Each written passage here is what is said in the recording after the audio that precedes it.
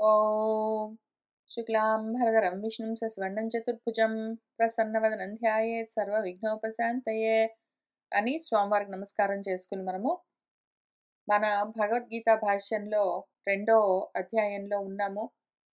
21వ శ్లోకానికి కూడా మనము భాష్యం చూసుకున్నాము పోయిన వారము.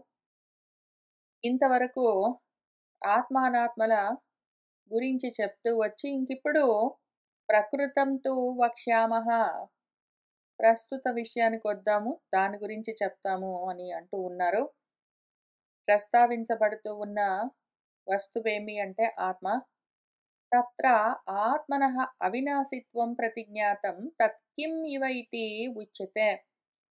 ఆత్మ యొక్క అవినాశిత్వాన్ని ఇంతవరకు చెప్పిన తర్వాత తత్కిం, అది ఏమి అన్న విషయాన్ని చెప్తూ ఉన్నారు.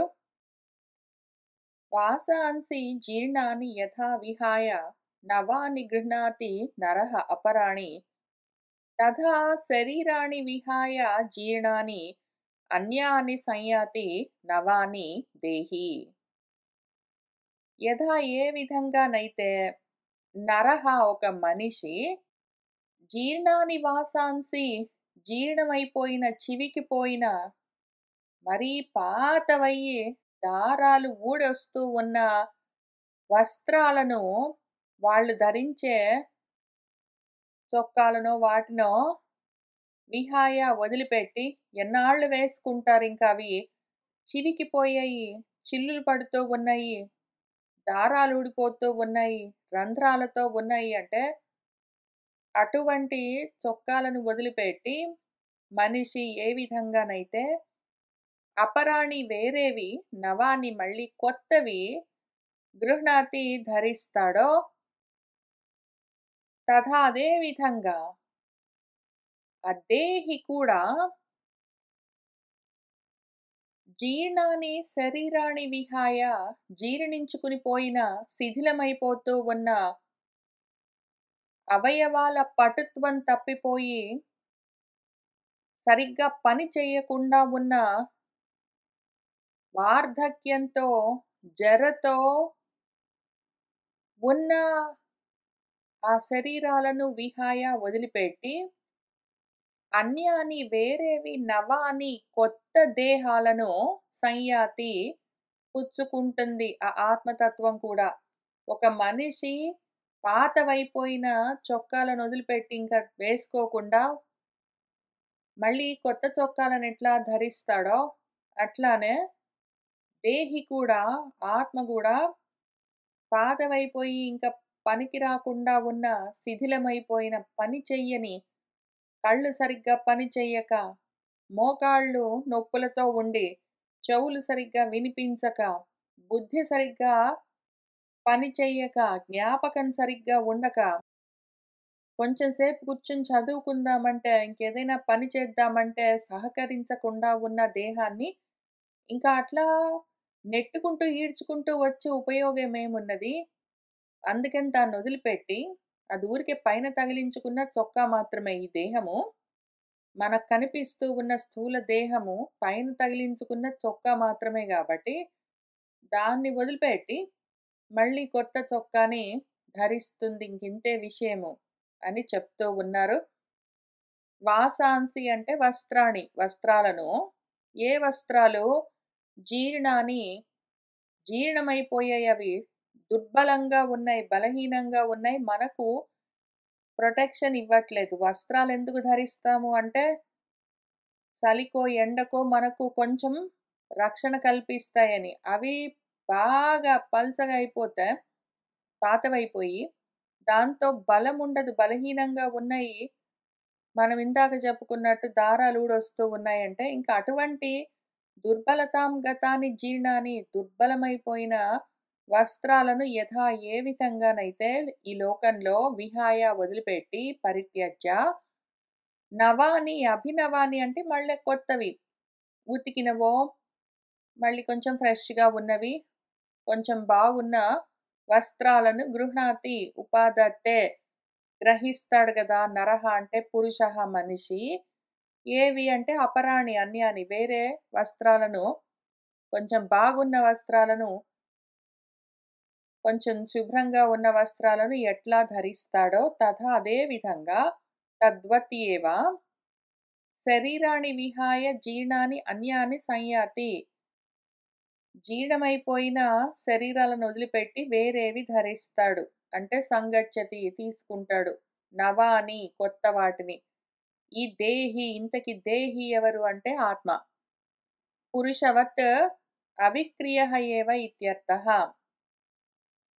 పాతబడిపోయిన చొక్కాలను ఎంతకాలం వేసుకుంటారు ఎవరైనా, ఇంక అవసరం లేదన్నప్పుడు దాన్ని పక్కన పడేస్తారు. దాన్నింకా పక్కన పడేస్తున్న సమయంలో మనం ఏం దాని గురించి ఎక్కువగా ఆలోచిస్తామా?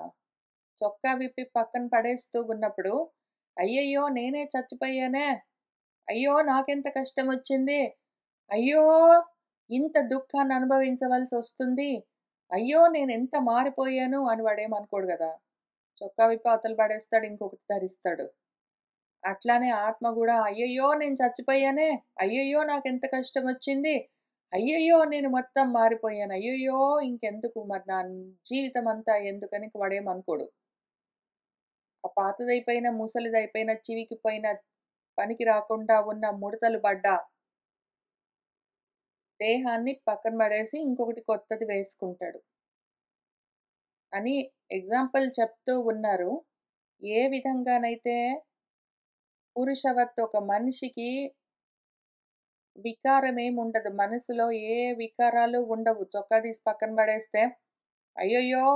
నా చొక్కా పడేయాల్సొచ్చిందే ఎంత కష్టమొచ్చింది అని ఏమనుకోరు గదా! అట్లా అని మన శంకర్ల వారు రాస్తున్నారు. మన గురువుగారు కృష్ణుల వారు చెప్తున్నారు. కానీ నేను ఇట్లాంటి వాళ్ళని కూడా చూశాను.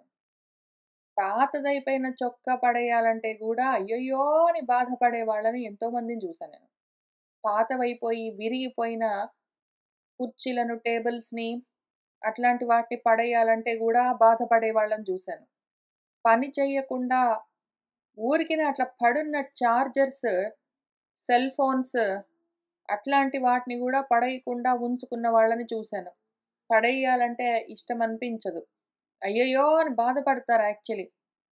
ఈ చొక్కా అప్పుడండి ఎవరో కొనిచ్చారండి. లేతే నేను కొనుక్కున్నానండి. ఎప్పటినుంచో వేసుకున్నానండి అని ఏంటో బ్యాక్ స్టోరీలు ఆ పదార్థాలన్నింటికి పనికిరాని, పని చెయ్యని, పాతవైపోయిన, చెడిపోయిన వస్తువుల గురించి గూడా చాలా సెంటిమెంటల్ వాల్యూస్ అన్నీ ఆపాదించుకుని, మిథ్యారూపం జేసుకుని, వాటిని గూడా పడేయకుండా అట్లనే జాగ్రత్త జేసి దాచిపెట్టుకుని మెయింటైన్ జేస్తున్న వాళ్ళని ఎంతో మందిని జూశాను.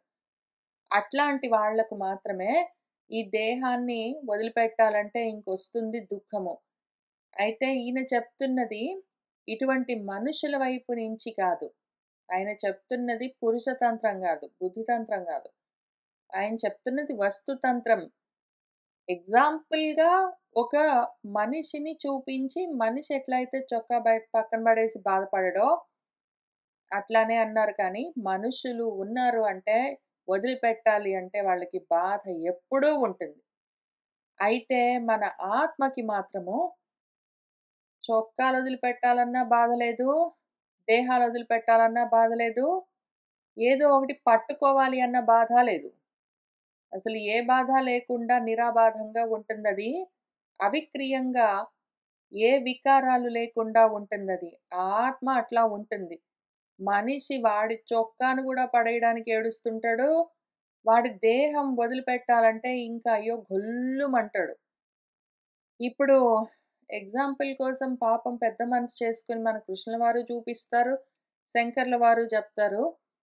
అయితే వాళ్ళు చెప్పడం వల్ల ఉపయోగం లేదు. వాళ్ళు ఆ స్థితిలో ఉండి చెప్తున్నారు. అయితే చెడిపోయి, పాడైపోయి, పగిలిపోయి, విరిగిపోయి, చినిగిపోయి, పనికి రాకుండా ఉన్న వాటిని కూడా పడేయలేక ఉన్నవాళ్ళు మాత్రము ఈ పద్యం దాని భాష్యం వింటున్న వాళ్ళు కొంచెం కూర్చొని ఆలోచన చేసుకోవాలి. ఎటువంటి దౌర్భాగ్యమైన బుద్ధితో ఉన్నాము మనము అని చూసుకోవాలి. లేదా అయినా సరే పగిలిపోయిన, పాతవైన, విరిగిపోయిన, చెడిపోయిన ఎందుకు ఉపయోగం లేని వస్తువులను అట్లానే ఉంచుకుంటాను. కానీ మాత్రం ఈ పద్యాలు చదువుకుంటాను అంటే, వాళ్ళకివి పని చెయ్యవు. వాళ్ళు ఈ పద్యాలకు, ఈ శ్లోకాలకు, ఈ భాష్యాలకు, ఈ విచారణకు అయోగ్యులు, అనధికారులు. కనీసం ఇంత మాత్రమైనా సరే, పాతవైపోయినవి పడేస్తాను. పాతవైపోవడమే గాదు, నాకు అవసరం లేనివన్నవి ఎవరికైనా ఇచ్చేస్తాను. ఎంతవరకు అవసరమో అంతవరకు నేను జాగ్రత్త చేసుకుంటాను. ఎందుకు అంటే, దేహాన్ని నడిపించడం కోసం ఎంత అవసరమో అంత. అంతకన్నా ఎక్కువ ఏమైనా ఉంటే నేనెవరికైనా ఇచ్చేస్తాను. పాతవైతే పడేస్తాను. ఇంటి నిండా విరిగిపోయిన, పగిలిపోయిన, చినిగిపోయిన, పనికిరాని వస్తువులన్నీ పెట్టుకోను అని ఎవరైతే ఉంటారో, అటువంటి వాళ్లకు మన భగవంతుడిక్కడ చెప్తూ ఉన్న విషయాలు పనికొస్తాయి. వాళ్ళ కోసం చెప్తున్నారాయన. తస్మాత్ అవిక్రియః ఏవ ఇతి. ఇంతకీ ఆత్మ అవిక్రియం కదా! ఏ వికారాలు లేకుండా ఉంటుందని జెప్పారు గదా!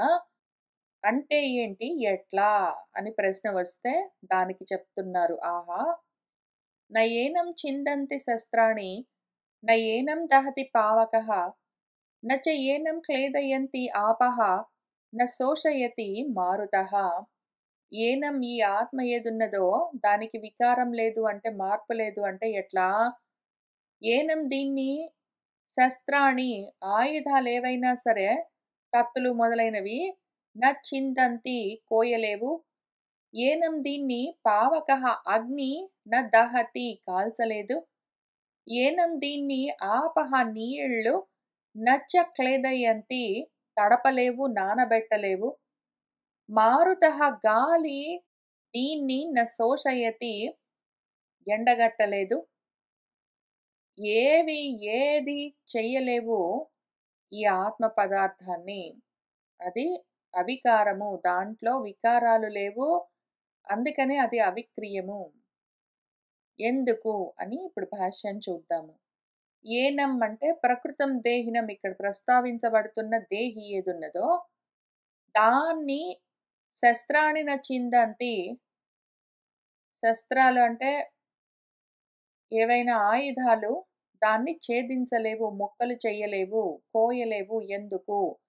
నిరవయవత్వాత్, దానికి అవయవాలు లేవు కాబట్టి. అవయవాలేవీ లేకపోతే ఎట్లా నువ్వు దేంతో కోస్తావు? గాలికి ఏ అవయవాలు లేకపోవడం వల్ల నువ్వు కత్తితో వాటితో కొయ్యగలవా? లేదా కాళీకి అవయవాలు లేవు గాబట్టి, శరీరం లేదు గాబట్టి కత్తులతో వాటితో కొయ్యగలవా? లేదు గదా! అట్లానే ఆత్మతత్వం వీటికన్నా సుసూక్ష్మం. కావాలంటే నువ్వు కత్తితో, వాటితో, గుణపంతో, గడ్డపారతో, పారతో దేన్ని కోయగలవు? భూమిని కోయగలవు. ఎందుకంటే అది స్థూలం గాబట్టి. ఇంకా తర్వాత నీటిని ఏం చేయగలవు నువ్వు? నీటిని కత్తులతో, వాటితో కోయగలవా? గాలిని, అగ్నిని, ఆకాశాన్ని, వీటన్నింటికన్నా గూడా అతి సూక్ష్మమైన దాన్ని, ఆకారమే లేని దాన్ని, అవయవాలే లేని దాన్ని దేంతో కోస్తావు? నా అవయవ విభాగం కుర్వంతి. అవయవ విభాగము ఛేదించడం అంటే ముక్కలు చేయడము. అవయవాలను ముక్కలు ముక్కలు చేయడం లాంటివి చేయాలంటే అవయవాలు ముందొకటి ఉండాలి. అవయవాలు లేని ఒక పదార్థం ఇది. ఇంతకీ శస్త్రాణి అంటే ఏమి? అసి, ఆదిని. అసి అంటే కత్తి. కత్తి మొదలైన శస్త్రాలేవి దాన్నేమీ చేయలేవు. దానికి బాడీ లేదు, బాడీ పార్ట్స్ లేవు నువ్వేదైనా చేయడానికి. తథా న ఏనం దహతి పావకః. ఏనం దీన్ని పావకః అగ్నిః అపి, అది కూడా దహతి అంటే భస్మీకరోతి, భస్మం చెయ్యలేదు. ఎందుకు? ఎందుకు అంటే దానికి అవయవాలు లేదు, ఆకారం లేదు, ఏమీ లేదు కాబట్టి. తథా నచ ఏనం క్లేదయంతి ఆపః. అట్లానే ఆపస్ నీళ్ళు, అపాం. ఏనం దీన్ని క్లేదయంతి సా అవయవస్య వస్తునః ఆర్ద్రీభావకరణేన అవయవ విశ్లేష ఆపాదనే సామర్థ్యం. ఒకవేళ అవయవాలతో కూడి ఉన్న ఏదైనా ఒక వస్తువు ఉందనుకోండి. దాన్ని ఆర్ద్రీభావకరణేన అంటే దాన్ని తడపడము, నానబెట్టడము మొదలైన పనులతో అవయవ విశ్లేష ఆపాదానే సామర్థ్యం. అవయవాలను వేరు చేయొచ్చు. నీటికి అప్పుడు అటువంటి సామర్థ్యం ఉంటుంది. అసలు దానికి అవయవాలే లేనప్పుడు, ఆకారమే లేనప్పుడు దేన్ని తడుపుతుంది పాపము నీళ్ళు? ఏ విధంగా దాన్ని నానబెడుతుంది? ఎట్లా వేరు చేస్తుంది? తత్ న నిరవయవే ఆత్మని సంభవతి. అవయవాలే లేని నిరవయవమైన ఆత్మకి ఇటువంటి తడవడము, నానడము, వేరవ్వడము మొదలైనవేవి కుదరవు, సంభవము కాదు. తథా అదే విధంగా స్నేహవద్ ద్రవ్యం స్నేహశోషణేన నాశయతి వాయుః. ఏవైనా తడిసి ఉన్నాయి అంటే, అటువంటి తడిసి ఉన్న ద్రవ్యాలను, వస్తువులను ఆ తడి నుంచి ఎండగట్టడం అన్న పనితో నశింపచెయ్యవచ్చు మన గాలి. ఏదో నీళ్లున్నాయనుకోండి, నీళ్ళక్కడ ఉంటే గాలి దాన్ని ఎండగట్టి మాయం జెయ్యొచ్చు. అసలు దీనికేమీ లేనప్పుడు ఏమి జేస్తాయి ఏవైనా? ఏనంతు ఆత్మానం న శోషయతి మారుతోపి. దీన్నందుకనే ఈ ఆత్మను మారుతోపి గాలి గూడా న శోషయతి శుష్కింప చెయ్యలేదు. సూక్ష్మమవుతూ ఉన్న కొద్దీ ఇంక దాన్ని చెయ్యడానికి ఏమీ ఉండదు. భూమి కావాలంటే కత్తులతో వాటితో కోయవచ్చు, నీటితో తడపవచ్చు, అగ్నితో కాల్చవచ్చు. అయితే దానికన్నా సూక్ష్మమైన నీటిని గాలితో ఎండగట్టవచ్చు, అగ్నితో కాల్చవచ్చు కానీ, కత్తులతో వాటితో కోయలేము. ఆ తర్వాత అంతకన్నా కొంచెం సూక్ష్మంగా ఉన్నదాన్ని అంటే అగ్నిని నీటితో ఆర్పవచ్చు. ఎండగట్టేయొచ్చు, లేకుండా చేయొచ్చు. తర్వాత గాలితో కూడా ఆర్పేయవచ్చు. కత్తితో ఏమీ చేయలేము. అంతకన్నా సూక్ష్మంగా ఉన్న గాలిని కత్తితో ఏమీ చేయలేము. నీటితో ఏమీ చేయలేము.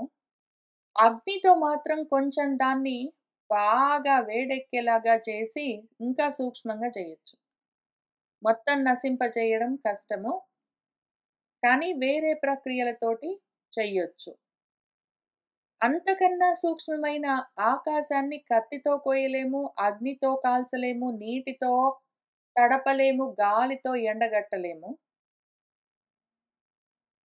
అక్కడికే అదట్లా ఉన్నది అంటే, కానీ మాత్రం భూమి మొదలైన వాటితో నింపొచ్చు. ఖాళీ లేకుండా చెయ్యొచ్చు. నీటితో, గాలితో వాటితో ఖాళీని అది లేకుండా చెయ్యొచ్చు. ఇట్లా సూక్ష్మమవుతున్న కొద్దీ కొన్ని కొన్ని విధాలుగా వాటిని నశింపచేయడం కుదరదు. అయితే ఇవన్నీ ఈ పంచభూతాలన్నీ గూడా స్థూలభూతాలు.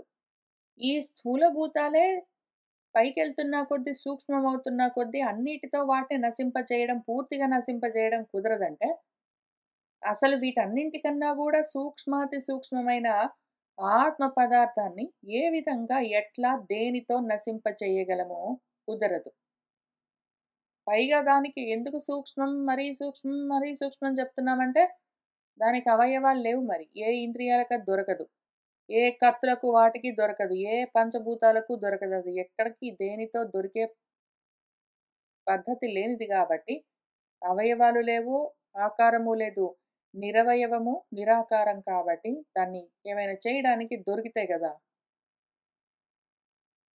యతః ఏవం తస్మాత్ మరదట్లా ఉంటే, దాన్ని ఇంకొక వైపు నుంచి గూడా ఆలోచన చేద్దాం. మరదసలు దొరికితే గదా అని అనుకున్నాము. మరి దొరకని దాని గురించి ఎట్లా పట్టుకోవడము అంటే, ఈ విధంగా దొరకదని చెప్తున్నాము.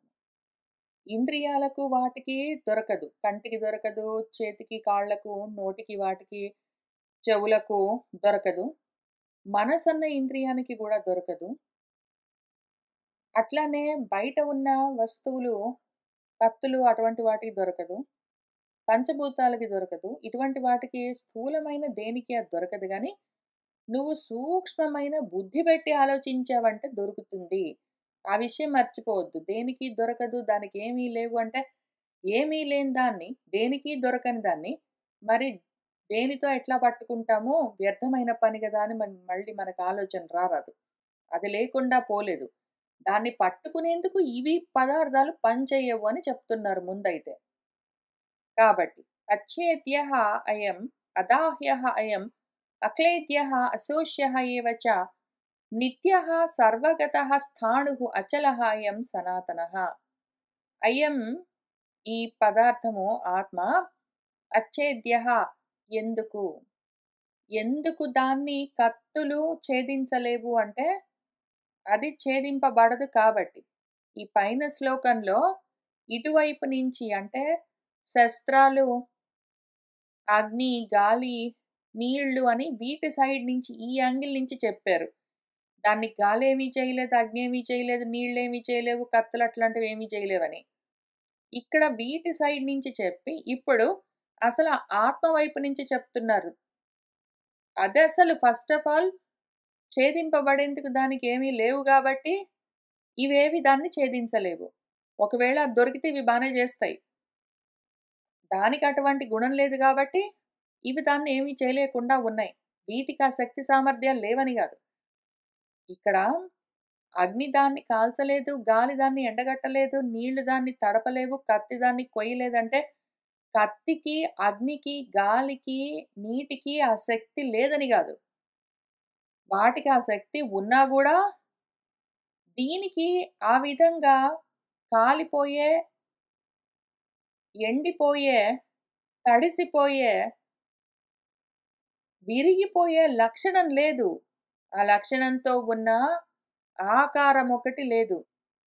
అవయవాలు కూడా లేవు, ఆకారం లేదు అందుకని. అందుకని అయమిది అచ్ఛేద్యః అది ఛేదించబడదు. అయమిది అదాహ్యః కాలిపోదు. ఇది అశోష్యః అది ఎండిపోదు. అది అక్లేద్యః అది తడిసిపోదు. ఎందుకు? ఎందుకంటే అయమిది నిత్యము ఉంటుంది, సర్వగతమై ఉన్నది, అంతటా ఉంటుంది, స్థాణువు నిశ్చలంగా ఉంటుంది, అచలంగా ఉంటుంది, అది సనాతనమై ఉన్నది కాబట్టి అన్నారు. దాన్ని మళ్ళీ మనం ఆలోచన చేసుకుందాము. యస్మాత్ అన్యోన్య నాశహేతుభూతాని ఏనమాత్మానం నాశయితుం న ఉత్సహంతే అసి ఆదీని తస్మాత్ నిత్యః.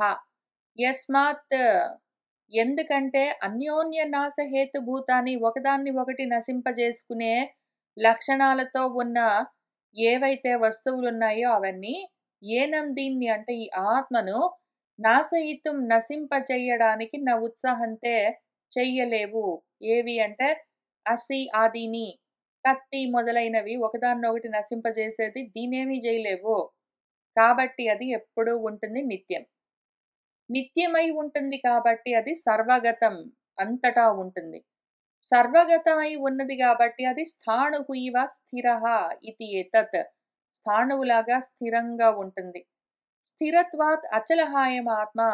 స్థిరంగా ఉంటుంది కాబట్టి ఈ ఆత్మ అచలము. అతః అందుకని ఇది సనాతనః. సనాతనమై ఉన్నది అంటే చిరంతనః. నా కారణాత్ కుతశ్చిత్ నిష్పన్నః అభినవః ఇత్యర్థః. ఏ కారణానికి కూడా అది నిష్పన్నమవ్వదు, మళ్ళీ కొత్తగా రాదు. ఏ కారణానికి అది నశించిపోదు, మళ్ళీ పుట్టడం ఉండదు. అది అట్లా ఉంటుంది కాబట్టి సనాతనము. న ఏతేషాం శ్లోకానాం పౌనరుక్త్యం చోదనీయం. మళ్ళీ చెప్పింది ఎందుకండి చెప్తున్నారు? పైన శ్లోకంలో ఒకసారి చెప్పారు కదా, మళ్ళీ ఎందుకు చెప్తున్నారని అనుకోరాదు. పునరుక్తి లేదిక్కడ. యత్ ఏకేన ఏవ శ్లోకేన ఆత్మనః నిత్యత్వం అవిక్రియత్వం చ ఉక్తం న జాయతే మ్రియతే వా ఇత్యాదిన. ఒక శ్లోకంతో ఆత్మ యొక్క నిత్యత్వాన్ని, అవిక్రియత్వాన్ని చెప్పారు. జాయతే మ్రియతే వానా అని, సావు పుట్టుక లేదు అని. తత్ర యదేవ ఆత్మ విషయం కించిదుచ్యతే తదేతస్మాత్ శ్లోకార్థాన్న అతిరిచ్యతే. అక్కడ ఏదైతే ఆత్మ విషయాన్ని చెప్తూ వచ్చారో అదే శ్లోకార్థాన్ని ఇక్కడ ఇంకా కొంచెం విస్తారం చేసి చెప్తూ ఉన్నారు. కించిత్ శబ్దతః పునరుక్తం కించిత్ అర్థతః ఇతి. ఒక చోట శబ్దాలు వేరుగా చెప్తూ అదే విషయం చెప్పారు. ఒక చోట అర్థాన్ని కొంచెము వేరుగా చెప్తూ అదే విషయం చెప్తూ ఉన్నారు. కాబట్టి పునరుక్తి దోషం లేదు. దుర్బోధత్వాత్ ఆత్మవస్తునః పునః పునః ప్రసంగమాపాద్య శబ్దాంతరేణ తదేవ వస్తు నిరూపయతి భగవాన్ వాసుదేవః. కథం ను నామ సంసారిణాం అసంసారిత్వ బుద్ధి గోచరతాం ఆపన్నం సత్ అవ్యక్తం తత్వం సంసార నివృత్తయే స్యాత్ ఇతి. దుర్బోధత్వాత్ దుర్బోధ ఇది సులువుగా అర్థమయ్యే విషయం గాదు. ఆత్మ వస్తువు ఎట్లా ఉంటుంది అంటే తొందరగా పట్టుబడదు. దాన్ని అర్థం చేసుకోవడం కష్టం కాబట్టి పునః పునః మళ్ళీ మళ్ళీ ప్రసంగం మళ్ళీ మళ్ళీ చెప్పిందే చెప్తూ ఉండాలి. ఆ విధంగా ఆపాద్య పొంది శబ్దాంతరేణ వేరే వేరే మాటలతో చెప్పాలి. వేరే వేరే కొంచెం కొంచెం అర్థం వేరే వేరేగా చెప్తూ పదార్థాన్ని ఆ ఉన్న ఒక్క పదార్థాన్ని చూపించడానికి రకరకాల శబ్దాలతో, రకరకాల అర్థాలతో మనకు ఆ విషయం ఆపాదించవలసి ఉంటుంది. మరి సంపాదించవలసి ఉంటుంది మనకు. మన శాస్త్రాలంతా ఉపకారం చేయవలసి ఉంటుంది.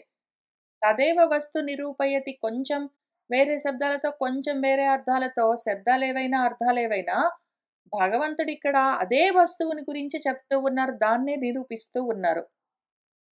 ఇంతకాయన ఎందుకు ఆ వస్తువుని నిరూపించడానికి ప్రయత్నం చేస్తున్నారంటే, కథం నువ్వు ఎట్లారా మరి వీళ్ళకు సంసారిణాం సంసారంలో ఉన్నవాళ్ళున్నారు. వీళ్ళకు అసంసారిత్వ బుద్ధి సంసారంలో ఉండి ఇంకా అదే పరమార్థం అనుకుంటున్న బుద్ధితో ఉన్న వాళ్ళకు అది కాదు దాన్ని మించి ఉన్నది అని చూపించడము. ఆ సత్ ఏదున్నదో, అవ్యక్తం ఏదున్నదో, ఆ తత్వం ఏమున్నదో దాన్ని నేర్పించడము ఆయన ప్రధాన ఉద్దేశము. ఎందుకు అంటే సంసారం నివృత్తయే స్యాత్. ఏ విధంగా ఈ సంసారము తొలగిపోతుంది. ఈ జన్మల పరంపరలు ఆగిపోతాయి. కర్మలు ఆగిపోతాయి. ఈ సంసారంలో ఉన్నారే వీళ్ళు. వీళ్ళకి సంసారము ఏ విధంగా నివృత్తవుతుంది అని వాళ్ళ కోసము ఆలోచించి ఆయన తత్వవస్తువేదున్నదో, ఆ సత్తువస్తువేదున్నదో దాని తత్వాన్ని తత్వతః నిరూపించడానికి, ఆ వస్తువుని నిరూపించడానికి ఆయన మొదలుపెడుతూ ఉన్నారు. ఇవన్నీ అందుకని చెప్తూ వస్తూ ఉన్నారు. చెప్పిందే చెప్తారు, చెప్పిందే చెప్తారు, మళ్ళీ మళ్ళీ చెప్తారు. మన కోసం చెప్తున్నారు, మన మంచి కోసం చెప్తున్నారు. ఇన్ని సార్లు ఎందుకండి చెప్పడం? పునరుక్తి గదా! అంటే పునరుక్తి గాదు. నీకొకసారి చెప్తే అర్థమైందా? కాలేదు గదా! ఇన్ని సార్లు చెప్తే అర్థమైందా? ఇంకా అర్థం కాలేదు గదా! ఎందుకు అర్థం గావట్లేదు? ఎందుకు అంటే చినిగిపోయిన, చివికిపోయిన, చెడిపోయిన, పాడైపోయిన, పనికిమాలిన వాటిని వదిలిపెట్టలేని బుద్ధితో ఉన్న నీకు, ఈ సంసారం బాగుంది నాకింకా గావాలి, ఇంకా కావాలని కోరుకుంటూ ఉన్న బుద్ధితో ఉన్న నీకు, ఆ సంసారంలోని దోషాలెత్తి చూపించి, చినిగిపోయిన చొక్కా లాంటి దేహాన్ని ధరించి ఎంతకాలం ఉంటావు? దాన్నొదిలిపెట్టి, ఆత్మ పోతే పోనీ నువ్వు కూర్చో, ఇంకా ఆలోచన చేసుకో, నువ్వు గూడా అట్లా పోయేలోగా నేనే ఆత్మనన్న విషయం తెలుసుకో అని రకరకాలుగా ఎన్నో పద్ధతులలో మనకు నేర్పిస్తూ వస్తారు. అది అర్థమయ్యిందాకా ఆయన అదే విధంగా మళ్ళీ, మళ్ళీ, మళ్ళీ, మళ్ళీ జెప్తారు. అది మనకు అర్థమయ్యిందాకా కూర్చొని వినవలసే వస్తుంది మరి. కించ ఎందుకంటే అవ్యక్తహాయం, అచింత్యహాయం, అవికార్యహాయం ఉచ్యతే తస్మాత్ ఏవం విదిత్వా ఏనం నా అనుశోచితుం అర్హసి. అయం ఇది అవ్యక్తము. దానికి అవయవాలు లేవు. వ్యక్తమై కనిపించదు. ఇంద్రియాలకు తెలియదు. కాబట్టది అవ్యక్తం. అదసలు ఏదో ఒక బాడీ పార్ట్స్‌తో ఉన్నది, కొన్ని రూపాలతోటున్నది, గుణాలతో ఉన్నది, కర్మలతో ఉన్నది, ఏదో ఒకటి ఉన్నది అంటే మనసుతో పట్టుకోవచ్చు. దానికి అవయవాలు లేవు, ఆకారము లేవు, గుణాలు లేవు.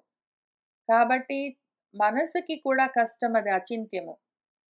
అది అవికార్యము. దానిలో మార్పులు లేవు. ఏదైనా మార్పు ఉంటే గదా మనం చెప్పుకోవడానికి ఈ ప్రపంచంలో గూడా. అయితే ఏంటండి విశేషాలు అని అడిగితే, ఏమీ లేదండి వాళ్ళు పెళ్లి చేసుకున్నారు. వీళ్ళకు పిల్లలు పుట్టారు. ఆయనకి జాబొచ్చింది. ఈయనకు జాబ్ పోయింది. అని ఇట్లాంటివేమైనా మార్పులుంటే చెప్పుకుంటాము.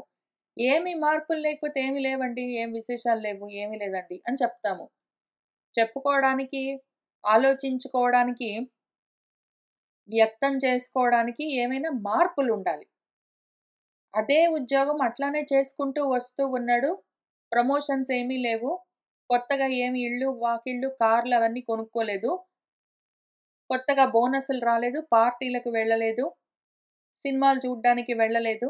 ఏదో రెస్టారెంట్‌లకి వెళ్ళలేదు. ఆయన ఉద్యోగం చేయడానికి వెళ్తాడు. ఇంటికొచ్చి వండుకొని తింటాడు, పడుకుంటాడు. పొద్దున్న లేచి ఉద్యోగానికెళ్తాడు. మళ్ళీ ఇంటికొచ్చి వండుకొని తింటాడు, పడుకుంటాడంటే ఆయన గురించి ఏం చెప్పుకుంటారు ఎవరైనా? ఏమీ లేవండి ఆయన గురించి చెప్పుకోవడానికి అంటారు. కాబట్టి అప్పుడు వ్యక్తం చేయడానికి ఉండదు. ఆయన గురించి ఆలోచించడానికి ఏముండదు. ఆయనలో ఎందుకు మార్పులు లేవు గాబట్టి. ఇప్పుడు మన ఆత్మకు అసలేమీ లేవు. దానికసలు ఏ మార్పు లేనప్పుడు దాని గురించి ఏమని జెప్తాము? తస్మాతేవం అందుకని ఏవం ఈ విధంగా ఏనం దీన్ని ఇదే విధంగా చెప్పిన దాన్ని చెప్పినట్టు విదిత్వా తెలుసుకుని, అనుశోచితం దాన్ని అనుసరించి ఇంత శోకింపడము నా అర్హసి అవసరం లేని పని. చొక్కా మార్చినట్టు దేహాల్ని మార్చే ఆత్మను బెట్టుకుని, అయ్యో! ఆత్మకేమో అయిందని బాధపడతావా? దానికి ఏమీ కాదు. దాన్ని కత్తులేమి జేయలేవు, దాన్ని అగ్నేమి జేయలేదు, గాలేమి జేయలేదు, మట్టేమి జేయలేదు, నీళ్ళేమి జేయలేదు. దాన్నేమి ఏమి జేయలేవు. దానికి ఏమీ కాదు. దానికి ఏ మార్పు లేదు. అది నిత్యము, అది శాశ్వతము. ఇప్పుడు దాని గురించి నువ్వు శోకిస్తున్నావా? ఎంత పనకమాలిన పని జేస్తున్నావో అని అడుగుతున్నారు భగవంతుడు. అవ్యక్తః సర్వకరణ అవిషయత్వాత్ న వ్యజ్యతే ఇతి అవ్యక్తః అయమాత్మ. సర్వకరణాలు మన అంతఃకరణాలు, బుద్ధి మొదలైనవి, తర్వాత మిగిలిన ఇంద్రియాలు అవన్నీ కూడా దీన్ని పట్టుకోలేవు. ఎందుకంటే ఇది అవ్యక్తం గాబట్టి, వ్యక్తం గాదు గాబట్టి, ఈ సర్వకరణాలకు అది అవిషయము దొరకదు. కళ్ళతో చూడ్డానికి రూపం ఉండాలి. చెవులతో వినడానికి శబ్దం ఉండాలి. మనసుతో ఆలోచించడానికి ఏదో ఒకటి గుణం ఉండాలి. ఏదో ఒకటి ఉండాలి. మార్పు ఉండాలి. ఏమీ లేనప్పుడు అన్ని ఉపకరణాలకు, అన్ని అంతఃకరణాలకు, అన్ని కరణాలకు, ఇంద్రియాలకు అది అవిషయము. విషయమే గానప్పుడు వ్యజ్యతే అది తెలియబడదు గాబట్టి ఇది అవ్యక్తః అయమాత్మ. అతః ఏవ అచింత్యః అయం అందుకనే ఇది ఆలోచనకు కూడా అందదు. యథి ఇంద్రియ గోచరః తచ్చింతా విషయత్వమాపద్యతే. ఒకవేళ ఇంద్రియాలకు తెలిసేదైతే దాని గురించి ఏమైనా ఆలోచన చెయ్యొచ్చు. ఇంద్రియాలకి కళ్ళకు, చెవులకు, కాళ్ళకు, చేతులకు, ముక్కుకు దేనికి తెలిసే వస్తువు కాదు. దానికి రంగు, రుచి, వాసన ఏమీ లేవు అంటే, అటువంటప్పుడు ఎట్లా ఆలోచిస్తుంది మనసు గూడా? ఏదో ఒక యాంకర్ పాయింట్ ఉండాలి గదా! మనసు గూడా పట్టుకోవడానికి ఏదో ఒక రూపమో, గుణమో ఏదో ఒకటుండాలి. ఏమీ లేనప్పుడు ఎట్లా పట్టుకుంటాయి పాపం ఇంద్రియాలు? కాబట్టి అది అచింత్యం. అయమాత్మతో ఈ ఆత్మ ఎట్లా ఉంటుందంటే, అనింద్రియ గోచరత్వాత్ అచింత్యః ఇంద్రియాలకు అది అగోచరం గాబట్టి, ఆలోచనకు కూడా అందదు. అవికార్యః యథా క్షీరం దధి ఆతంచనాదినా వికారి న తథా అయమాత్మ. యథా ఏ విధంగానైతే క్షీరం ఉన్నదనుకోండి పాలు. ఆ పాలు ఆతంచనాదిన ఏదో తోడు బెడితే గడ్డగట్టడము, పేరుకోవడము, ఆ విధంగా మార్పు చెందితే దధిగా, పెరుగుగా మారుతుంది. ఆ రకంగా వికారం పొందొచ్చు. అయమాత్మ ఈ ఆత్మకి అటువంటి మార్పులు, వికారాలేమీ లేకపాయె. అందుకని అది అవికార్యః. ఏ వికారాలు లేకుండా, మార్పులు లేకుండా ఎప్పుడు అట్లానే ఉంటుంది. అది కరగడము, గడ్డగట్టడము, ఏదో పేరుకోవడము, ఏదో మారిపోవడం ఇట్లాంటివేమీ దానికుండవు. నిరవయవత్వాత్ చ అవిక్రియః పైగా దానికి ఏ అవయవాలు లేవు గాబట్టి అది అవిక్రియము. వికారాలు లేకుండా ఉంటుంది. పాలకైనా సరే ఏదో ఒక అవయవం ఉంది గదా! కళ్ళకు తెలిసే వ్యక్తమైన ఒక రూపం దానికున్నది. నోటికి రుచి తెలుస్తుంది. ముక్కుకు వాసన తెలుస్తుంది. చేతికి స్పర్శ తెలుస్తుంది. ఈ ఆత్మకేమున్నాయి? ఏమీ లేనప్పుడు ఎట్లా మారుతుందది? మారదు. అదట్లా ఉంటుంది. నహి నిరవయవం కించిత్ విక్రియాత్మకం దృష్టం. నిరవయవమైన ఏ అవయవాలు లేని దాంట్లో మార్పులేమి మనం చూడలేము. దానికసలేమి రూపమే లేకపోతే అది మారుతూ ఉన్నది నేను చూస్తున్నానని ఎక్కడ ఉంటుంది చెప్పగలము? దానికి అవయవాలు లేవు, దానికి ఆకారము లేదు గాబట్టి దాంట్లో మార్పులు లేవు అదట్లా ఉంటుంది. మార్పులు మనం చూడాలి అంటే దానికొక ఆకారం ఉండాలి, ఏవో అవయవాలుండాలి. అవిక్రియత్వాత్ అవికార్యః అయమాత్మ ఉచ్యతే. ఏ వికారాలు లేవు గాబట్టే అది అవికారమని చెప్పబడుతూ ఉంది. తస్మాత్ కాబట్టి ఏవం ఈ విధంగా ఎట్లా యథోక్త ప్రకారేణ చెప్పిన దాన్ని చెప్పినట్టు పట్టుకోగలుగుతున్నావా ఆత్మ లక్షణాలు? ఏనం దీన్ని ఈ ఆత్మను అట్లానే విదిత్వా తెలుసుకుని త్వం నువ్వు అనుశోచితం నార్హసి ఆలోచించవలసిన పని లేదు. హంతాహం యేషాం వీళ్ళను నేను చంపుతూ ఉన్నాను. వీళ్లకు నేను హంతకుణ్ణి. మయా ఏతే హన్యంతే ఇతి నా చేత వీళ్ళు చనిపోతూ ఉన్నారు అని నువ్వు అనుకోవలసిన పనే లేదు. ఎందుకు అంటే ఆత్మ అట్లా ఉంటుంది. దాన్ని చంపడము, చంపించడము చెయ్యలేము. అది చంపడము, చంపించడము, చావడము చెయ్యదు. దానికి అది చెయ్యడానికి అది మళ్ళీ అదొక కర్మ. దానికి ఏ కర్మ లేదు. దానికేం కర్మ? ఆత్మకేమి కర్మ? చావడం, చంపడం, చంపించడం. దానికేమి కర్మ ఉంది కాబట్టి ఇవన్నీ చేయడానికి. అది చెయ్యదు. కాబట్టి అది అట్లానే ఉంటుంది. దాన్ని పట్టుకొని అయ్యో! ఇది చంపిందే, ఇది చచ్చిపోయిందే, ఇది చంపించిందే, అయ్యో! నేనే చంపానే, నేనే చచ్చిపోయానే, నేనే చంపించానే అని అనుకోవడానికి నువ్వే ఆత్మవై ఉన్నావు. నీకేమీ లేవని చెప్తుంటే మళ్ళీ ఇవన్నీ జరుగుతున్నాయి అని అనుకున్నావంటే మూర్ఖుడివి. మళ్ళీ మొదటి నుంచి చెప్పాల్సొస్తుంది నీకు ఈ భగవద్గీత.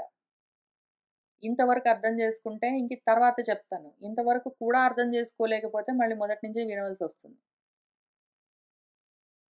ఆత్మనః అనిత్యత్వం అభ్యుపగమ్య ఇదముచ్యతే. ఆత్మ యొక్క అనిత్యత్వాన్ని ఈ విధంగా చెప్పిన తర్వాత, ఈ విధంగా మళ్ళీ తర్వాత విషయాన్ని ప్రస్తావిస్తూ ఉన్నారు గురువుగారు భగవంతుడు.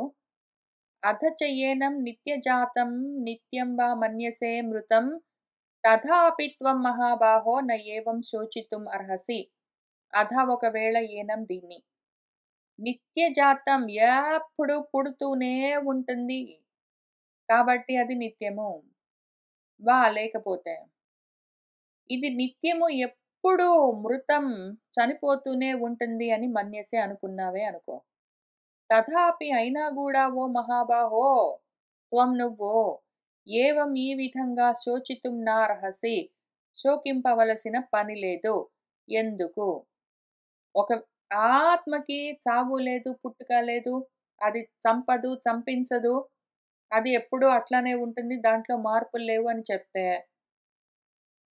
ఆత్మకుండిండొచ్చండి. ఈ దేహాలకున్నాయి గదా! అని నువ్వు మళ్ళీ ఇటువంటి ఆలోచన బెట్టుకున్నావనుకో, ఇంకా దేహాభిమానం బెట్టుకుని. పోనీ నీ వైపు నుంచి చూద్దాము.